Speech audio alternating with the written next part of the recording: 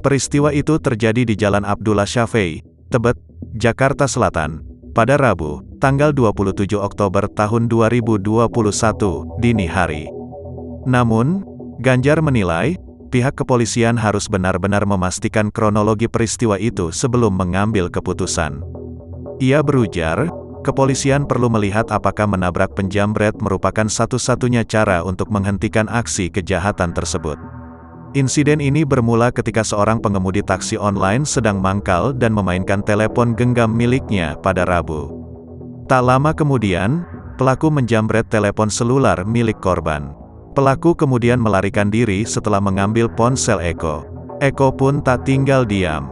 Kedua pelaku kemudian menabrak tiang listrik dan tembok tempat sampah di pinggir Jalan Abdullah Syafei.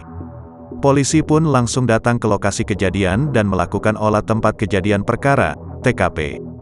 Jenazah kedua pelaku kemudian dibawa ke Rumah Sakit Cipto Mangunkusumo.